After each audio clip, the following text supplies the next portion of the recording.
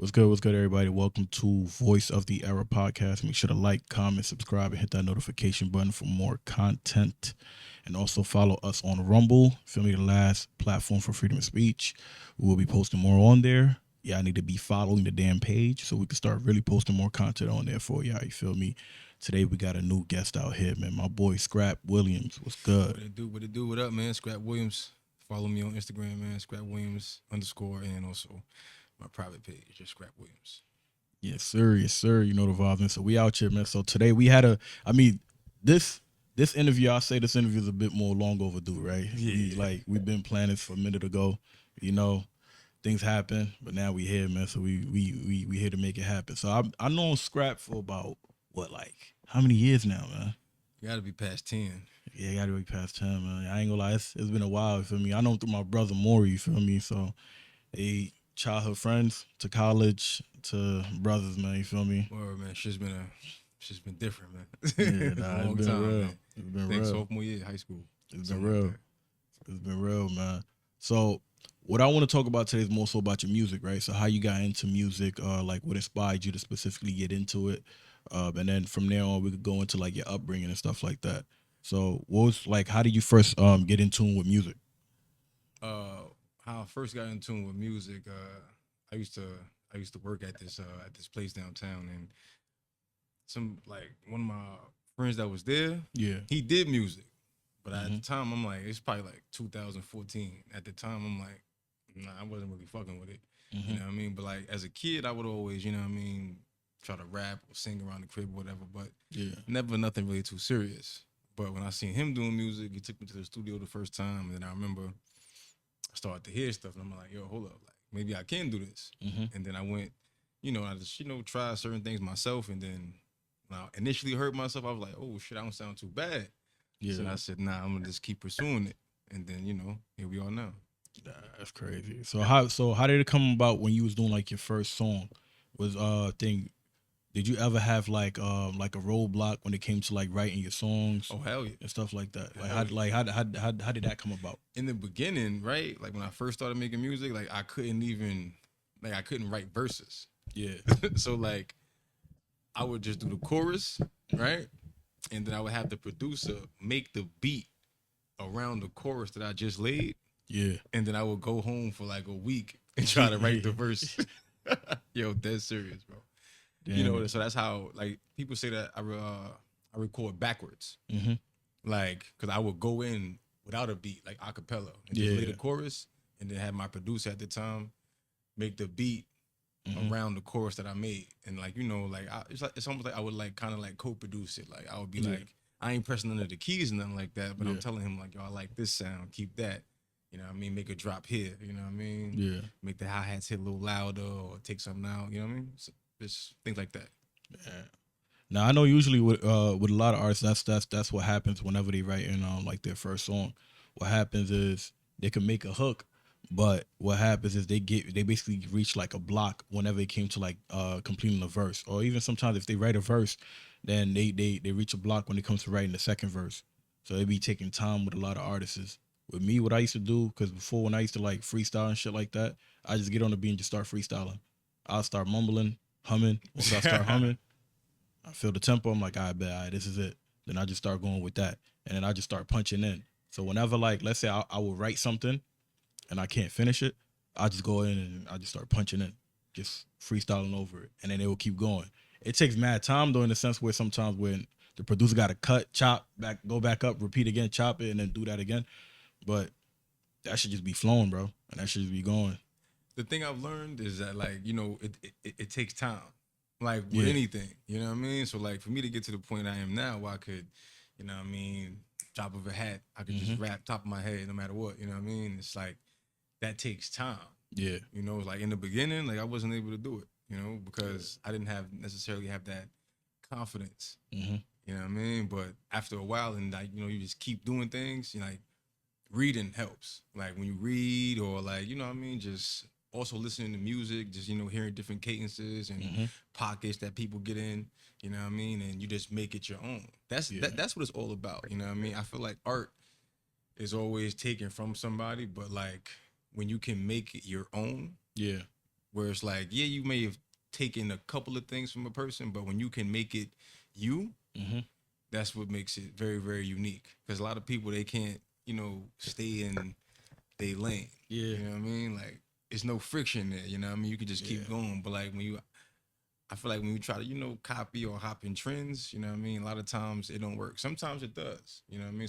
Sometimes people do, make it that way. But I feel like it's more so just finding your niche. You know what I mean? Yeah. Now, see, shit like that, I work for, what's this artist's name? Designer. That worked for him. Yeah. You feel me? But then after a while, it just, it couldn't. It's gonna die down because that's you're a one trick pony at that point. Yeah. Not he trying went to diamond. Yeah. He went diamond with Panda, bro. Yeah. A lot of people thought Panda was Future. Yeah. You feel me? So he went diamond with Panther, and that was the was sad a big case for song. his I shit. was playing that shit all day. Well, when it first came out, it was up. Yeah, that shit was everywhere, bro. Even Facts. globally, like people knew that song. Like it was that popping, bro. Everybody thought it was Future. To the point that Future got tight. Future changed up his whole shit afterwards. I'm like, oh. For me, and that's what it is, man. Like the thing is with a lot of people, even like here in New York, because New York culture is a bit more different, right? Everybody want to beef with each other. Most people don't want to put people on. And then on top of that, right now, New York is not as authentic as it was before. So now it's like you got New Yorkers trying to sound like they from Cali, they from Atlanta, they from Chicago now. So it's like the raw New York authentic sound is not there no more. But right now, how I see it is like it's kind of shifting too because, like, I don't know if you know this artist. His name is Cash Cobain. Mm-hmm. Like him right now, he has his sound that's going on. And his sound, people are now starting to take his sound now. And it's becoming a huge trend. So that's what's happening with most New York artists right now. They're now starting to hop on Cash Cobain's sound. And Cash Cobain is getting a bunch of features right now. Mm-hmm. He had the Don Toliver feature with Charlie Wilson and all of that. He had a Drake feature where he produced a beat for Drake. Okay. And all that. And they all got his sound. And he has that song called Fisher with Bay Swag. Okay. Which that song is going viral now. You see all of them doing that freaking dumbass dance and shit like that, whatever. So how do you think the sound is going to be within 2 to 3 years from now, from how you see it going? Do you think that it will like we can still have that authentic sound coming from a specific area, or do you think that New York might start continuing to do the same thing with branching out? I mean, how I feel about the situation with the New York sound, right, is like this. I feel like the real rappers and the real, spitters will always be there. Yeah. You know what I mean? But it's a lot of, copycat, trendy music going on. You know what I mean? Even with some of the drill and, just even with the Cash Cobain thing that you're talking about. It's like, that's not going to make you stand out.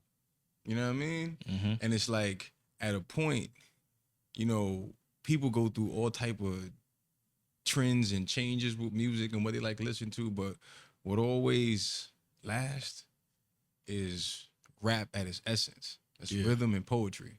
Feel me? And I feel like a lot of times now it's just about the rhythm. You know what I mean? Like there's no poetry in it. It's just the rhythm. You know what I mean? Like the beat knocking and they hop on it and do what they do. And don't get me wrong, I like some of them songs. Yeah. But it's a couple things where it's just, it's just like, all right, man, like, do something different. Or, like, just be you. Because, you know what I mean? Like, don't miss the dope shit that you could do. Facts. You know what I realize nowadays? It's like, yo, you can listen to a song now, right? And you won't be able to remember the lyrics. You just, like, you remember the melodies and stuff in the bop. You get what I'm saying? But you don't remember the lyrics no more. So I remember, like, early 2000s when we was growing up, you hear a song, you know the whole lyrics. From the hook to the first verse to the second verse to everything, bro. Like, you know the whole chorus. But now, people sometimes don't even know how to finish the whole freaking hook. It wasn't that many artists at that time back in the day. It was a lot. Nah, not like now. Nah, there was way more. I think it was way more. You know why? More? Yes, it was way more. Remember, go ahead. Put it this way, right? This is how you knew it was way more. Back then, niggas used to be battle rapping, bro.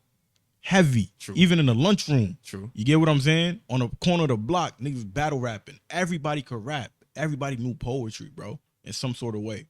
Now, there's no battle rapping. Really. True. Right?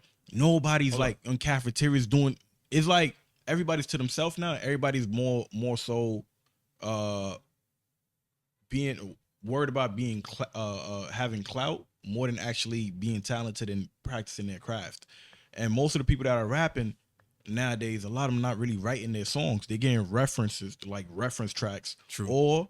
or somebody wrote the whole shit for them. So it's not like it was before when people were really on it, bro. They was really rapping, and if your shit wasn't tight, nobody was listening to this shit. So nowadays it's like they could pick anybody that's popular because they have a fan base. Mm-hmm. All right, cool. We're gonna give you this image. You're gonna be a rapper, and you're gonna move it like this. Just rap this. Don't worry. We're gonna bring the niggas around you. We're gonna bring the gangster. Look at the 6ix9ine. We're gonna bring the gangsters around you. You don't gotta worry about nothing. Yeah. We're gonna give you that image. We're gonna give you that persona, and that shit's gonna work out for you. That's like the thing nowadays, bro.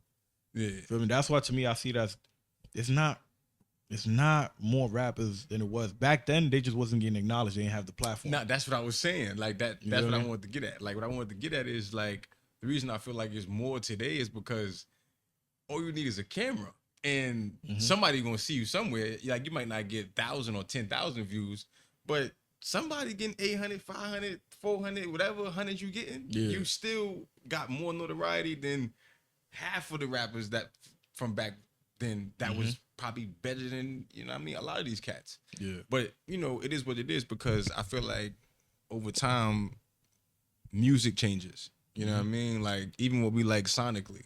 You know what I mean? Like trap drums was crazy a couple years ago. You know what I mean? Like they still exist, you know what I mean? But it's not as prevalent as it once was.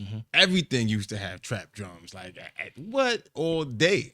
Yeah. You know what I mean? Even some of the slow songs, they throw trap drums in it. You know what I mean? Like I don't feel like it's as prevalent anymore. But at a point, that's all you heard. Yeah.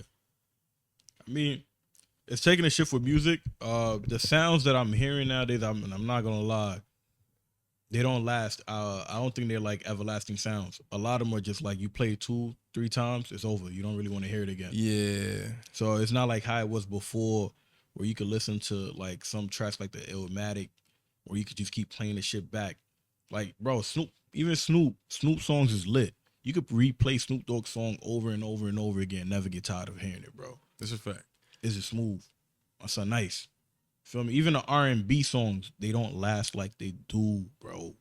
So it's like everything is changing and it's shifting. So the way how the music industry is going now, they're not really focusing on talent. They're more so focusing Popularity. on popularity. It's a popularity That's contest. all it really is.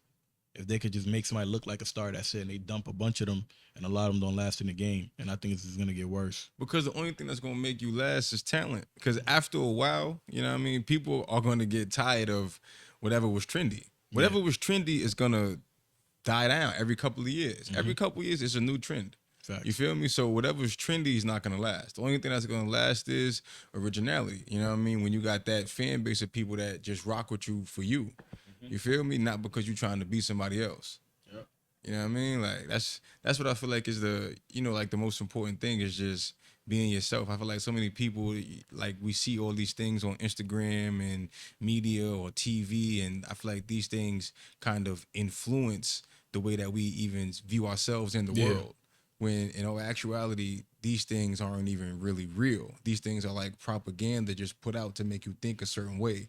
When actual reality is right in front of your face. If you would just live, you know what I mean? Like you supposed to live and then live through your gift. You know what I mean? But so many, like, we just stuck in like a digital kind of like, you know what I mean, prison in a sense. Like we addicted to this shit, just scrolling all day. You know what I mean? And then I feel like now it's also a lot of people, you know, creating content and then, you know, like making fake scenarios, staging it and then posting it like, look at reality. Like that's not real. You staging that scene that you, it's almost like short Instagram movies, like right? It's like people making their own short movies on Instagram to influence kind of like reality in a sense. It's crazy. That's a fact, bro. Like, and that's how I be seeing it. That's why, like, social media, I don't like to get addicted to social media. Once I start seeing that, I'm on my phone all day and shit like that. What I purposely do, sometimes I just shut it off or I put it on Do Not Disturb just so I don't even have to touch it, man. Yeah. Because that should get very addictive. It's tough, bro. It's tough. And a lot of people think that that's reality. What they see on social media is reality. And it's the furthest thing from it. And they base their life on it. And that's what makes it worse. That's what leads to people having high expectations in life. And by the time they know it, it'll be too late, bro, with a lot of people. I always tell people this, man. I say, imagine the worst horror movie you've ever seen, right? Real life is 20 times worse. Hell yeah. Like the worst horror movie you've ever seen, imagine it in your mind. Something has happened in real life that was maybe 20 or 100 times worse than that. Hell yeah. Bro, I be telling people, man, when I tell people stories, bro, they be thinking, nah, man, it's like, because the thing is, we live in a country where they blind people with a lot of things, right? So the social media, everything's monitored and it's controlled.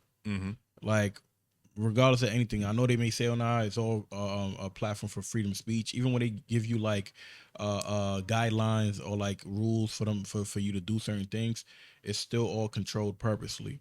So most people wouldn't even know that there's wars going on right now, bro. You get what I'm saying? Most people in America really don't know that there's real life war going on right now, bro. There's people enslaved. You feel me? This shit is crazy. Literally. So that's the thing with like reality and like a whole facade that we live in America in general. Social media tricks you to think that, man, listen, everything is nice, cookies and cream, life is sweet, you're wealthy, you're gonna be rich regardless of anything. They put these on reality TV shows to program people to be more toxic and do dumb shit. Bro, I tell you, hold up. Some of these shows, like, yo, bro, some of these shows that I be seeing, like, right, I'm like, there's no way you like this in real life. They paid you to act like this. There's no way you just carry and conduct yourself this way every day. Yeah. Like shows like Love and Hip Hop. Oh my goodness, like 100% scripted. Some of the stuff, like even the balloon show. Oh yeah, the Pop the Balloon, yeah. The Pop the Balloon. Don't get me wrong, it's cool to watch it, and it's comical in a sense. You know what I mean? But I feel like a lot of those things are like just exaggerated. You know what I mean? Like, this is the thing, right? I think the Pop the Balloon shows, to me, I don't think is a good place to go to define a person, right? It's not, because some of the reasons that the balloons get popped to be crazy. No, like, but it'd be like. But I'm not gonna hold you though. I think those Pop the Balloon things, although I don't really rock with them like that, I think it's the perfect case study. Okay. Why? Because you get to see like how easy people are quick to disqualify you based on looks and height or things that you can't control. Yeah. You get what I'm saying? Although certain people could like give you a full description of what they want, and then when they get what they want in front of them, they will pop it because two other people popped it before them. Yeah. You get what I'm saying? It's not even because the person wasn't good fit for them. People are sheep, man. You feel me? People follow other people. You feel me? Like me, when I've seen the videos, I've observed and I've seen the same cycle with a lot of the women on it. The moment a guy comes on, they can say that this is the type of guy they want, and you would hear them mention the type of guy that they want from the previous guy that balloon that they popped, right? And the next person that come is exactly that. Family-oriented man, over 6 foot tall, well fit, make money, he's good. But because, they popped their balloon because they felt like he had no charisma. So I'm going to pop the balloon too. But it's the perfect guy that you said you wanted though. Yeah. And it's like it's a continuous cycle. Like if you ever like watch that show, you will see most girls didn't want to pop their balloon. But because they seen every other girl popped it, they all started popping it. No woman wants a man that another woman doesn't already want. It's just facts of life, man. Like you see it all the time. When I be telling girls that, they be like, nah, that's a lie. We want a man that other girls don't want. I say, yo, that's a lie. Because if the guy ain't getting no girls, your first question is going to be, what's wrong with this nigga? Why nobody want him? Why nobody want him? You feel me? But when they see, okay, every girl fucking with you, you popular, they're like, oh, this nigga's doing something right. Yeah. You feel me? That's why I be telling some guys sometimes, like, man, listen, the more bodies you got, bro, a lot of the time some girls gonna be like, they don't want a guy with a high body. They're gonna say that shit. Not real shit. They're gonna say they don't want a guy with a high body, right? But If a guy has high body, that's how he gonna get the experience. You don't want a guy with a high body, but yet again, you want a guy who's experienced, right? Yeah, it's So true. It's true though. if you want that, and that's what's gonna come with it, man. But I'm gonna tell y'all right now, this controversial take: guys don't want girls with high bodies at all. Even if he got a high body, most niggas ain't gonna tell you. But I'm gonna tell you, most guys don't want that, yo. Am I lying? Oh man, bro. I mean, Am I lying, bro? if I'm being honest, it's just like, nah, man, because it's not even like just insecurities or anything like that. It's just like, yo, bro, like if I go to the cookout, right, and it's me and my homies at the cookout, and I bring Shorty to the cookout, right, I could deal with one dude at the cookout done touched her. I could deal with that. You know what I mean? I'm cool on that. I go to the cookout and 9 niggas at this cookout done touched her. Damn. It's like, yo, like, niggas is just like, nah, like, that's not a good look or feeling. You know what I mean? But mostly it says a lot about you as a woman. You feel me? Because if you want to be promiscuous, there are things that come with that that you have to accept. You feel me? People are going to look at you a certain way and people are going to treat you a certain way.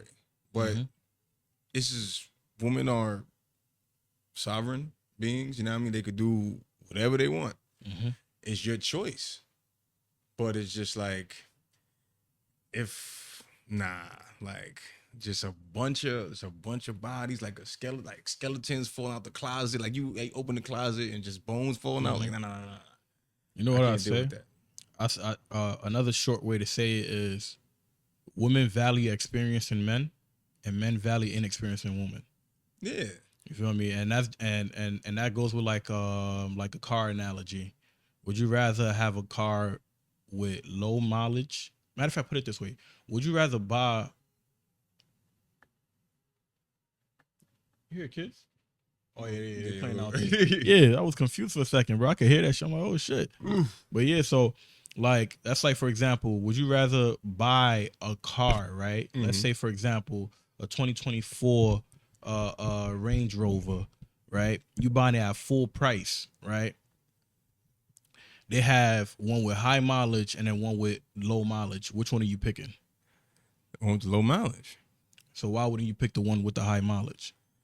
High mileage, it have been through a lot more wear and tear, a lot more trauma. So that means down the line, those mileage that it piled up will cause a huge effect on the car. Yeah, it's going to give going out on for the sooner. future. It's going to give out sooner. So that's basically the same analogy that goes for it. Most guys know for a fact that whenever most women like rack up a certain amount of bodies, their demeanor start to change. Their characteristics is different. It mess with them mentally. Yeah, man. And then for them, it mess with them mentally. A lot of the time, they're more prone to taking depressant pills, and then a lot of the times they think they know everything. So for them, it's like they've experienced so much. You probably didn't experience the shit that they experienced. So for them, it's like, damn, if you don't touch them a certain way, they turn off by you. Nah, because they got access to the sexual marketplace at a very young age. We don't, you know what I mean? Like at a certain point, bro, like we gotta earn that value, bro. You know what I mean? Like, yeah, man, like if you ain't got nothing, you ain't getting nothing. Yeah, and for us, it's like ain't nobody telling us shit. We have to figure the shit out. And then a lot of the times, like for us, the thing is society hold us to like a high standard, because it's like if we fuck up, society gonna let us know we fucked up. Oh yeah. So we gotta take that accountability immediately. Exactly. And those are the things that create men. Those are the type of things that built boys into men. You feel me? So, but for women, it's different because masculinity their whole life is earned. Yeah. Femininity is protected and preserved. Exactly. You got to go through pain, sacrifice, struggle, trauma, despair, loneliness, sorrow to get masculinity. Femininity, you know what I mean? Scars aren't pretty on girls. That's what you know. Like just too many scars, because it's just like, nah. And a lot of them try to cover up open wounds, bro, that just can't heal because they're not giving it the time to let it heal. Yeah. You feel me? And some of these things it could have been avoidable. Like this is the first thing that comes in mind with certain guys who actually have the common sense, right? The first thing they're gonna ask is, okay, so you had all these niggas, and you tell them you couldn't keep one. So like those kind of questions really come into niggas' minds. Most niggas don't give a fuck because a lot of the times a lot of guys just want to fuck. You get what I'm saying? Yeah. So when a guy just want to fuck you, you don't give a damn. So if a girl try to revert it back to you, be like, oh, but you fuck mad girls. Why couldn't you keep them? It's because I didn't want to. I wanted to fuck them. So it's different. Guys and women value different things and want different things. So I tell them like, yo, look, you have to really question yourself because guys are really gonna be mindful of that. And those are guys who really want to take you serious. They will ask you these kind of questions and stuff like that to figure it out. Why is it that you look this good? You claim you have all of the stuff. You claim you probably had niggas on like in your DMs crazy, but why none of these guys took you serious? It's obvious. It's two things. Either these guys that you called the options that you fucked are guys that you don't even want, or the guys that you want just don't want you. Yeah. I mean, that's the reality of, just the world we live in now. It's everything is, just based on hooking up. Yeah, the hookup culture is You know what I real. mean? Like, granted, don't get me wrong,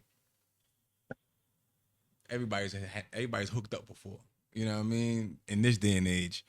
But it's like after a while, you know, you got to take that time to decide, what you really want. Yeah. And I feel like a lot of times we don't do that. Like so many of us are just focused on next person, next person, next person, next person. Oh, the next person will be better. The next person will do this. The next person will do that. But you're not doing the work on yourself. Yeah. You know, I feel like a lot of the struggles and problems that we go through in today's society is because we all don't look inward. You know what I mean? We're looking for external help or external validation to, help us get through whatever we're going through. Yeah. But in all actuality, you grow when you go within. Facts. You feel me? And I feel like that's the biggest problem. Like you gotta love yourself first. And then when you love yourself, you're gonna make other people love you because of how you carry yourself. You know what I mean? So I think that's a big thing that, we gotta do as people is just, take that time to, heal from certain things and just go within. Yeah. I think that starts a lot with accountability. Majority of the times with anything, and this goes for both men and women, right? Learning from you doing wrong and understanding that these are the things that come with it, and if I continuously do certain things, I'm gonna have certain negative outcomes, and I have to accept those negative outcomes. Those are the punishment that come with the things that I do. You feel me? So I think when both parties can come to that conclusion, like, yo, listen, I knew I was wrong. My apologies. It won't happen again. And they keep their word, things would be so much better. But if people just keep thinking, nah, I'm always right, you always wrong, or people start thinking that, nah, man, like I'm gonna just keep attacking you, or some people feel like, damn, you always attack me, so this is not gonna work out. It's not gonna go anywhere. And that's the problem that we face with both parties. And accountability does not mean you share accountability. Accountability means you acknowledge the wrong that you've done. Meaning, don't blame somebody else for you misbehaving or You doing played a something part wrong. in it. Exactly, and that's one of the things I tell people all the time. And I hate people who do that. Those people, I think they're the most manipulative people. They see it from only their perspective and not other people's. Feel me? You can't say I was wrong for doing this, but you also did this too, so we're both wrong. No, fuck that. You're wrong. Say you're wrong, and let me say that I'm wrong. But don't try to say I'm wrong. Like don't try to say I'm wrong for me. Like you don't know what's in my head. You know what it is? I feel like people don't understand the common denominator in every failure that they've ever had. Yeah. It's one common denominator in every failure. Your ass. Yeah. You know what I mean? And people don't want to ever acknowledge that. They want to place the blame on somebody else. Oh, this happened. It's somebody else's fault. This person did this to me. This is why I'm this way, or this happened. So, but at a point, it's like you got to be responsible and take accountability for your part. Yeah. You know what I mean? You did play a part, even if something traumatic happened to you. Mm-hmm. You did play a part in it. You feel me? So you have to grow up, take accountability for that. Can't hide behind the fact that, you know what I mean, somebody may have hurt you Yeah. because we've all been hurt. You know? So it's nah, like no excuses, man. But you know what comes with that too is that, put it this way, imagine you 18 years old, right? And you just have access to everything. Everything. Right. And let's say like every girl just want to mess with you. And then every girl want to give you money just for you to be around. It's gonna have your 18 years ego old on the having ceiling. that. Your ego will be on the Feel ceiling. me? 19, you having that. 20, you having that. 21, you having that. 24, 25, 26, going up. You having that. You get what I'm saying? And then once you reach 30, then you start to see those girls don't want to fuck with you no more. You start to see nobody want to really click with you no more. And then on top of that, it's a bunch of shorties that you probably mess with that know other shorties that are out and everywhere just talking about you. Or like somebody knows something that you did from your past now. And everybody's looking at you different. And for you, it's hard because you're like, damn, I always got my way. Feel me? I'm a 10 out of 10. You feel me? That's what they say. Yeah. You feel me? I always got my way. And now people are now really not letting me in. Now when I go to a club, they don't let me skip the line no more. You feel me? So it's a humbling experience. So to a lot of them, when that happens, they be in denial because no one has ever told them like, yo, like you're delusional. You got everything given to you for free. Feel me? You inherited it. You feel me? Now, let's say, for example, now let's just flip it back to reality, right? With us guys, we have to build things. With most girls, they live that lifestyle. As of 18, they got that value. They could get into certain venues, certain spaces without paying nothing. And I've seen this shit in the whole entertainment industry for myself so much, and I'm like, wow. Yeah. They get into any fucking place. You feel me? That's the money though. And most guys don't get into any places. Hell but no. You know what's the thing though? Whenever there are guys who are able to get in certain rooms, certain people start to observe and realize, okay, if you're able to get in all these rooms, you have value somehow. With most girls, they just don't know. They just here to entertain. Feel me? And that's what it is. And then by the time they know it, once they get older, they realize, damn, like this ain't there no more. Yeah, I mean, you know, when reality strikes, you know what I mean? And you can't run from it. You got to come off the high horse, you know. But we all have to go through that moment, you know what I mean? Like, with anything that rises, it has to come down. Yeah. You know what I mean? So it's just, you can fall gracefully or you could crash. Yeah. There's a lot of people crashing. There's a lot of crashing going on. Like, especially over here, where we at? Bruh. That's what I've been seeing. Like, even like in the industry, like even like in the whole music industry, which what I've seen, people change and become different people when they're around certain environments.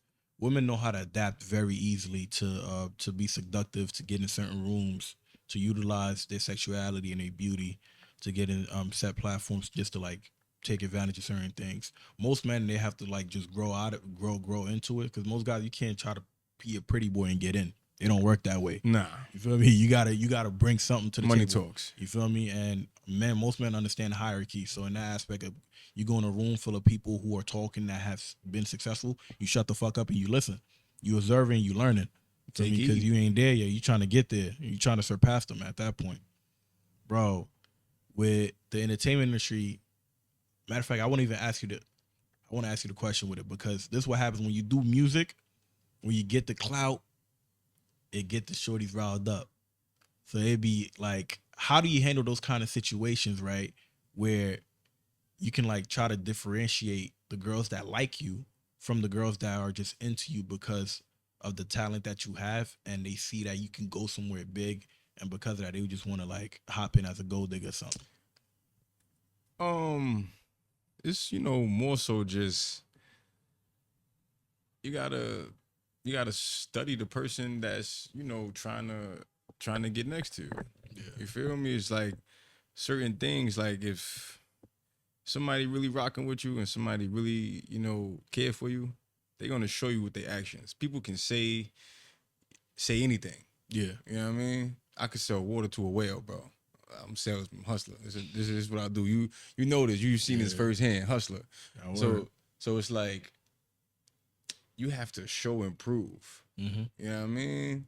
Like certain things gotta happen. Like you know, it could be even a test. Like, you know, sometimes you might have to put your homeboy on her. Mm-hmm. You know what I mean? See if she fold. Because this is a real world that we live in. You feel me? And these situations really happen. Yeah, it might be scripted but that's a test right there.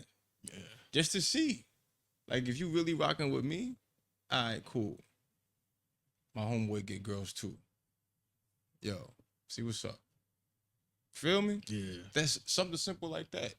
You know what I mean? Or just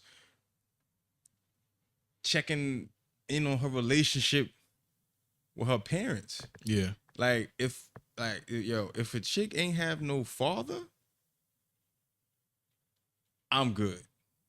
Yeah, I've learned my lesson. Scary. if your father wasn't there, nah. That should be scary. If a girl father, like, if she got mommy, daddy, like abandonment issues and problems, and she ain't went to no therapy and she don't want to heal or do nothing, bro, you gotta leave that alone. Because it comes with a lot. Yo, bro, in my experience, unless they willing to go to therapy. If they're not willing to go to therapy, bro, you have to let that go because that trauma is too much.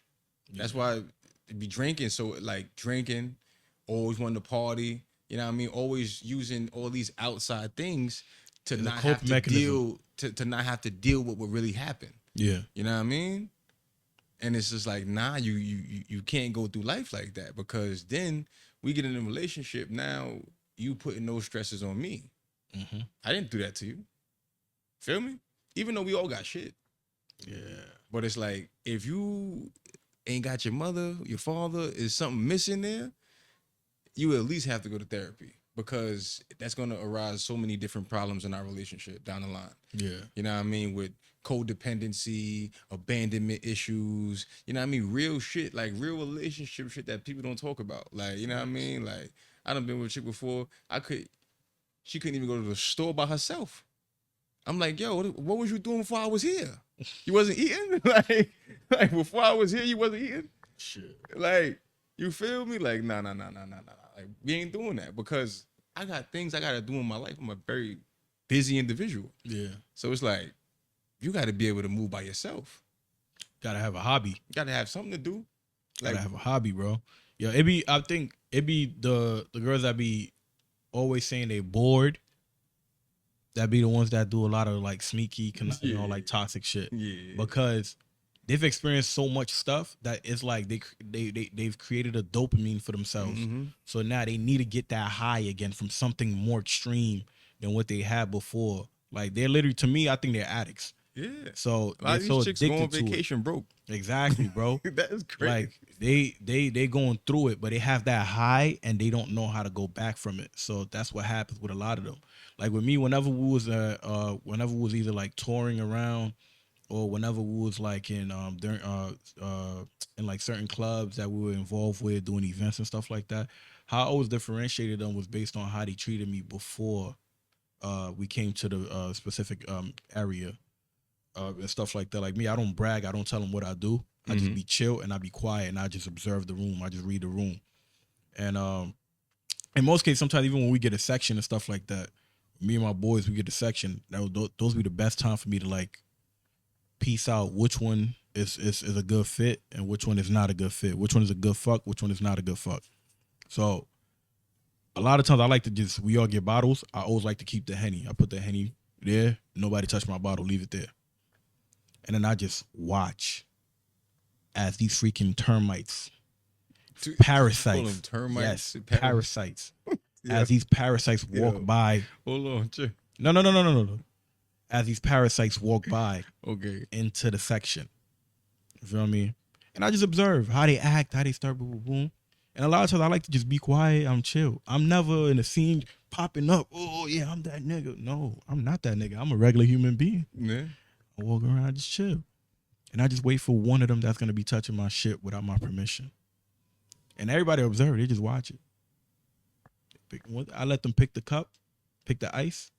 They pick the ice, they get the juice, put the chaser in their drink, and then once they grab the bottom, like, hey, what you doing? Oh no, just pour me a drink. Is that your bottle? Put my fucking bottle down. Feel me? Bro, that's how you gotta really do a lot of times, bro, because a lot of them chicken heads are always gonna try to go and do something. Oh my God. But as far as in like differentiating the gold diggers from the girls who are keepers, it's kind of hard to do that when you're in a certain kind of spotlight and limelight, because you don't know if they really want you for you or if they want you for the status or like the position that you're in or like the clout that you have. So what happens is like you've developed yourself and worked your way to get in that level. Most niggas don't get to that level. So when you get there now, feel me, you're on your P's and Q's now, because it's like, damn, I ain't trying to get set up by a gold digger real quick. Yeah. You feel me? I ain't trying to get set up and, you feel me, shorty you're pregnant and I'm screwed real quick sometimes. Any chick that asks for money on the first. Oh, exactly. First, like, red flag. Like, is you like that's the biggest red flag, if bro. this is the first time we meeting up and you're fucking and like you behind on your rent. Like, yeah, man. Yo, that shit's an OD turn off. A lot of girls don't know that, bro. You gotta figure that out. Me, I tell women this, man. Like, let me want to do something for you. Yeah. Don't open your mouth to say, I want money, give me money. The fuck? I'm a man, I'm gonna do regardless. At that point, to me, that sounds like you're 304. You selling it. You feel me? Because it's like, damn, you feel that comfortable just ask me for money out of nowhere. If like, I might as well you be like, oh no, we should go out on a date or something like that. You get what I'm saying? I dig. Or like, or you can say, nah, yo, we should plan a date. Feel me? A date don't mean we have to go to expensive ass venues. We could literally go on a park, have a picnic. You get what I'm saying? We could go to the bar, chill, talk, and actually have a conversation. You feel me? So that's how I see. But when a girl asks me for money, bro, that shit turns me the hell off. Yeah. It turns me off. Like completely off, man. And my favorite word is no to them. I ain't giving you that shit. You think I'm one of these simp ass niggas? Nah. What? Sometimes you gotta say no, because it's just like you don't wanna enable that. You know what I mean? And then once you started, I said once you started, she always asks you for money. Yeah. And it's just like, yeah, we gonna provide as a man 100%, you know what I mean? But it's also like, yo, I have before I start spending money, I have to know that I'm about to invest something serious into this before I'm just open. Like, don't get me wrong, like dates and all that, of course. But just off the back, I'm just paying people rent. Like, no, hell no. Car notes. Yo, bro, people paying rent, car notes, like online. They ain't never met the person and pay their rent, car note. Like, nah. Bro, that's because a lot of these niggas is dumb, bro. I'm not even gonna hold you. A lot of these is idiots. A lot of guys are real life idiots, bro. Like when they be spending money just doing dumb stuff, and then they think that some of these girls respect them. A lot of these girls don't respect them when they do that shit. Yeah, they might give you some. After a while, they won't value you. They will literally let other dudes that don't give them nothing crack the first night, while you had to go above and beyond and spend all this money just to get some. You feel me? It's the harsh reality of the world. That's the harsh reality, bro. Yo, I ain't gonna lie. I ain't gonna lie, bro. I've been in some broke moments, right? And I was able to smash some shorties that are dealing with niggas, bro. And I'm just like, what the fuck? What? I'm like, how? That's yo, that's after tough, I finish doing what I'm doing, I'm just like, why me? What the yo, I was like Tyrese when he was crying. What do you want from me? Like, why me? Tyrese, bro. I ain't gonna lie, bro, right? The Tyrese shit, right? I laughed so hard about the Tyrese situation, right? Because bro, I've been there before. You know what I mean? In that situation, so I have any right to laugh about that. That was tough though. That was a tough one. Yeah, bro. One. Like that'd be the harsh reality that I see that happens with people, and I'm just like, damn, bro. And it's like that's one of the reasons why I be telling people, I wouldn't recommend people, bro, unless you're willing to deal with it. I wouldn't recommend you having your girls in set environments where it's just a bunch of toxic things that are flowing around. Like it's too much going like and shit. I don't want my girl in like if it's my girl, like this is the person I'm with.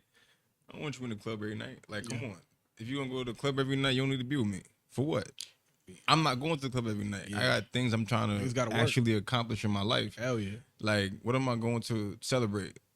like niggas is going to celebrate struggling. Like that don't make sense. You feel me? So it's like you going to the club for, I guess, a release. You know what I mean? You go out with the girls, get that dopamine hit. But come on, I know it's niggas in the club hollering. I know it's niggas in the club flirting. You feel me? And you drunk. You think, why don't my girl around a bunch of drunk niggas is trying to hit? Bro, the worst thing be when they entertain the conversations with these guys. Because a lot of them act delusional and say, oh, nah, that they wouldn't expect a guy to be wanting that. No. So I'm sorry, ladies. Majority of guys Niggas that is go to the wolves. club, Wolves. they're going there to hunt. Wolves. They're going there because they want some kuntus. Wolves. That's really what it is. No, real nigga shit, bro. They want that kuntus. Yeah, they want that kuntus. So it's like when they go there for the kuntus, if they find some good kuntus, they're gonna go for it. And that's what it is. Kuntus. And as a man, every man is territorial. You feel me? Like no nigga, bro. No dude, right, will want to park their porch out in the hood and be okay with other guys leaning on it, even if they know that those guys won't be able to break into the car. Yeah. You get what I'm saying? Yeah. And why? It's because that's yours right there, man. You want that shit to stay as clean as you brought it and left it. You don't want nobody even attempt to think that they can even try it. It don't even matter even if you're not the toughest guy in the world. You see them laying down on your porch, you're gonna be like, yo, my nigga, get off my porch. How dare you be on my porch? So that's how it be for a lot of guys. A lot of times when y'all put yourself on display or y'all dress a bit more provocative, going on these venues, and then you ask for provision and protecting. You get what I'm saying? And it's like, but you can say that, but you're dressing and you're going to environments that's showing that you want these people to kind of like approach. And I'm not saying it's okay. If you dressing like that, you want the attention. Yeah, Let's be because real.